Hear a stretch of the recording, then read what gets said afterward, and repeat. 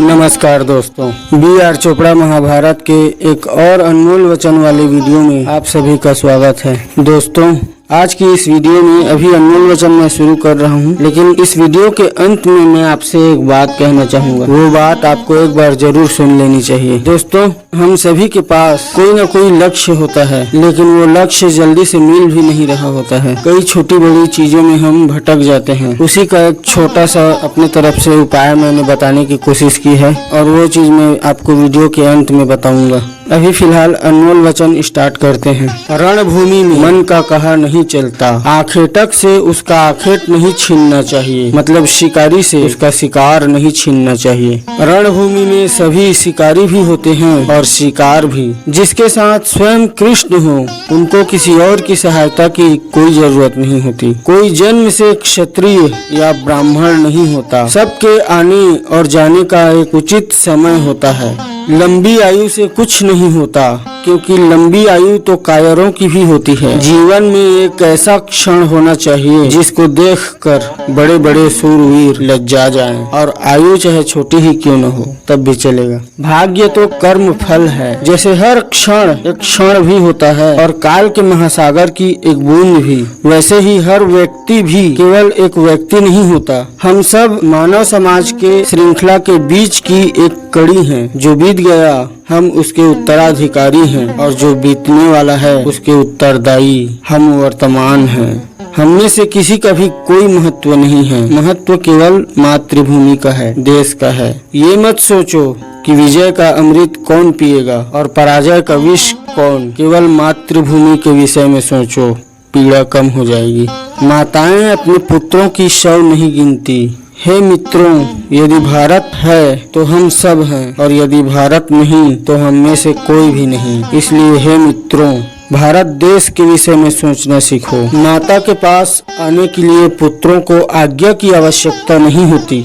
अपने क्रोध को जीतने का प्रयत्न करो। धर्म युद्ध में क्रोध भी एक शक्तिशाली अस्त्र है। जिसके हाथ में वेद हो वही ब्राह्मण कहलाता है, किंतु वही व्यक्ति यदि वेद रख कर हाथ में हथियार उठा ले तो योद्धा हो जाता है। धर्म की रक्षा के लिए यदि धर्मेतर का सहयोग लेना पड़े, धर्मेतर मतलब झूठ का सहयोग लेना पड़े, तो भी इसमें कोई क्षति नहीं है। जो धर्म का विरोध कर रहा हो वो तो स्वयं ही अधर्म का प्रतीक हुआ ना, तो उसे धर्म के मार्ग से हटाना तो सबका कर्तव्य भी हुआ। तो ऐसे व्यक्ति को धर्म के मार्ग से हटाने वाला धर्मेतर मतलब झूठ तो धर्म ही हुआ। तर्क ही जीवन का आधार है। विश्वास का अंकुर यदि तर्क की भूमि से फूटे तभी जीवित रह सकता है। धर्म का पालन कभी अधर्म नहीं हो सकता। युद्ध जीतने और न जीतने वाले तुम कौन होते हो?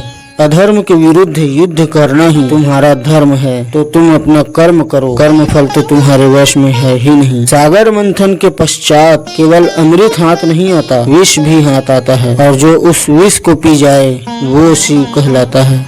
क्या बाली वध में मर्यादा पुरुषोत्तम राम ने युद्ध के नियमों का पालन किया था?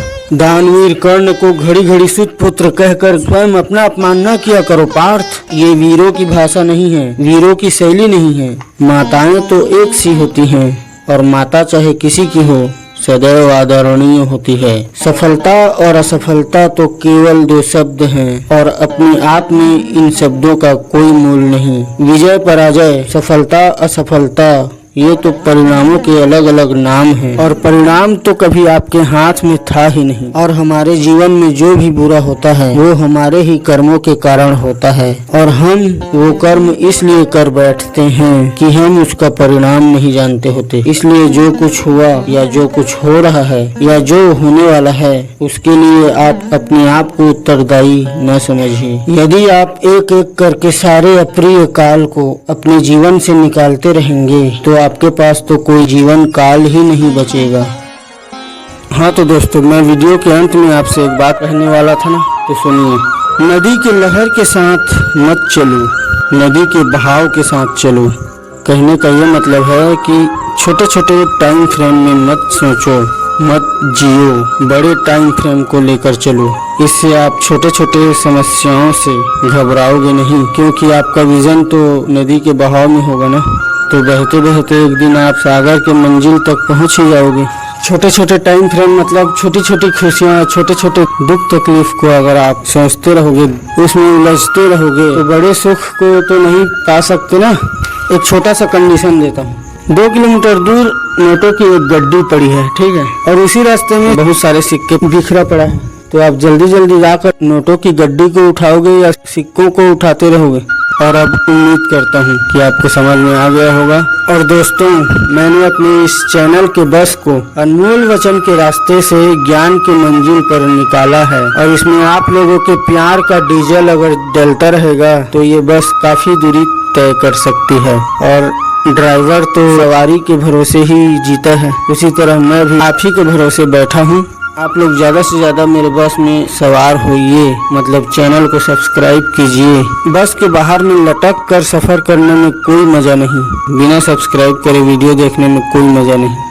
टिकट ले लीजिए और हमारे साथ महाभारत के ज्ञान का आनंद उठाइए। मिलते हैं फिर किसी अगले वीडियो में, तब तक के लिए धन्यवाद। और यदि आपको बहुत ज़्यादा गुस्सा आता है, क्रोध आता है,